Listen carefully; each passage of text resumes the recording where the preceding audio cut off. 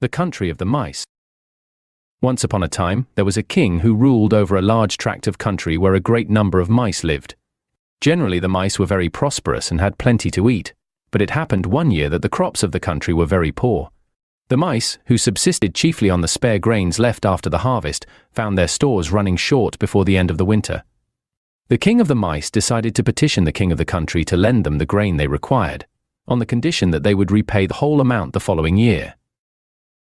So he dressed in his best clothes and set off one morning to the king's palace.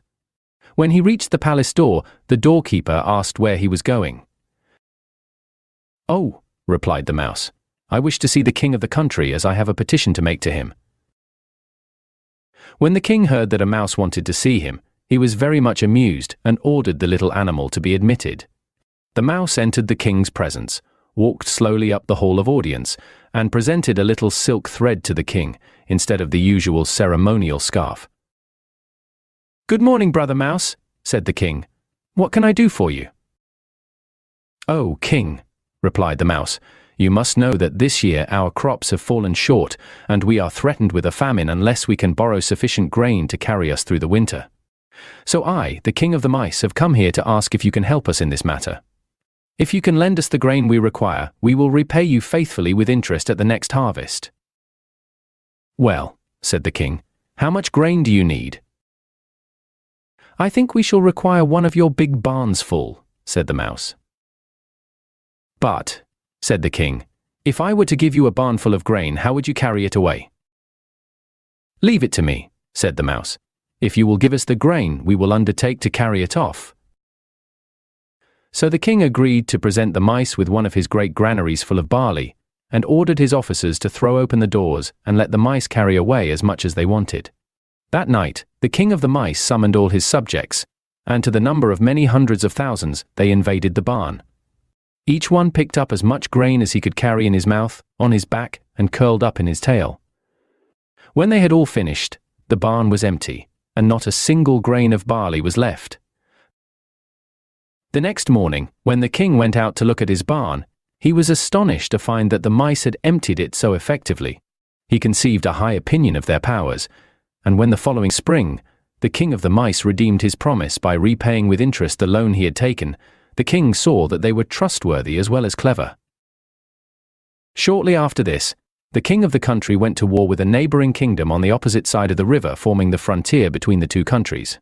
This other country was far more wealthy and powerful, and its king soon assembled a huge army on the opposite bank and began preparing for invasion.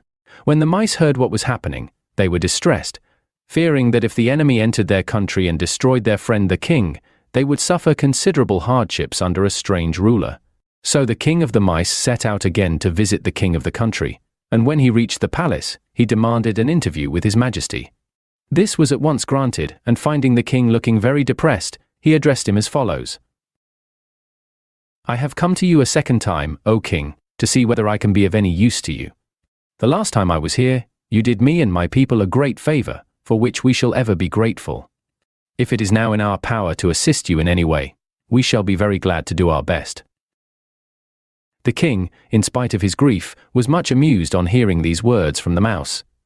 "Why," said he, "what could the mice do to help me in my present predicament? We are threatened with invasion by a foreign army, outnumbering mine by many thousands. All the men I can muster will not be sufficient to repel the enemy. I don't see how the mice can help me." "Do you remember, O king," replied the mouse, "that on the last occasion I was here, you doubted our ability to carry away the grain you had given us or to repay you the loan? Yet we proved ourselves able to do both. All we ask now is that you trust us again, and if you undertake to do one or two things we ask, we will rid you of the invading army." The king, struck by this remark, replied, "Very well, what you say is quite true. Inform me what you wish me to do, and I will undertake to carry out my share of the bargain." "All we wish you to do," answered the mouse, "is to provide us by tomorrow evening with 100,000 sticks, each about a foot long, and have them laid in rows on the bank of the river. If you undertake to do this, we will stave off the threatened invasion and put the opposing army into a state of confusion and panic.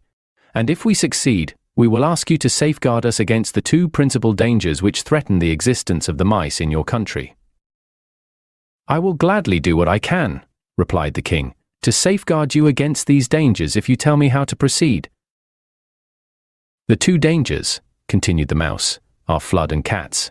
Most of our burrows are in the low-lying land near the river, and whenever the river rises, it overflows this level country and floods our nests. We suggest that you build a strong dam along the riverbank to ensure that the water cannot overflow into our nests.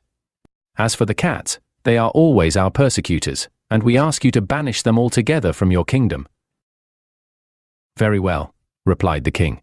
"If you can succeed in averting the danger that now threatens us, I will undertake to do all that you ask." The king of the mice salaamed profoundly and returned to his subjects. The following evening he marshaled all the full-grown mice and led a large army to the river's edge at dusk. They found the sticks laid out as arranged with the king. The mice launched the sticks on the river and embarked 2 or 3 at a time, sailing across to the opposite side. It was now dark, and the enemy's soldiers were asleep in their camp. On a word of command, the mice scattered through the camp and began doing as much destruction as possible.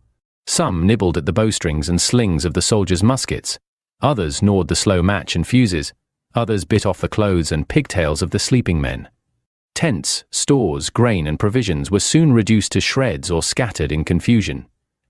After a couple of hours' work, the mice collected on the riverbank and sailed quietly back to their shore. The next morning at daybreak, a great outcry arose from the enemy's camp. Each man, upon waking, found himself in a woeful plight. His clothes in rags, his pigtail cut off, his bow without a string, his rifle without a sling, no fuse or slow match to fire it, and no provisions for breakfast. Each accused the other of theft and treachery, and soon the whole camp was in wild confusion, with comrades quarreling and accusing their officers of dishonesty and ill faith. In the midst of this uproar, the sound of bugles was heard from the opposite bank, and a few shots were fired. Terrified at the thought of being taken unawares, the whole army fled, and in minutes not a man was to be seen. The king of the country of the mice, seeing what had happened, was elated, and, sending for the king of the mice, thanked him sincerely. In accordance with their bargain, he had a strong embankment constructed along the river to guard against floods, and issued an edict forbidding all persons, on pain of death, to keep a cat within his country's frontiers. The mice lived securely and happily ever after. To ensure against any further invasion attempts, the king sent a herald to the neighboring ruler, stating that, on this occasion, he had only employed his mice to defeat the enemy. However, if threatened again, he was ready to employ all the domestic animals of the country, and if they failed, he would use the wild beasts, and if they too failed, he himself would come with his warriors. The neighboring ruler, hearing this message, decided to make a treaty of peace, as he could not hope to defeat the warriors and wild beasts of a country whose mice had shown such skill and courage. Thus, the two countries remained on friendly terms for many years, and the mice, secured against flood and cats, lived happily and safely. Each year, they received a barnful of grain as a free gift in thankful recognition of the services they had rendered in time of need.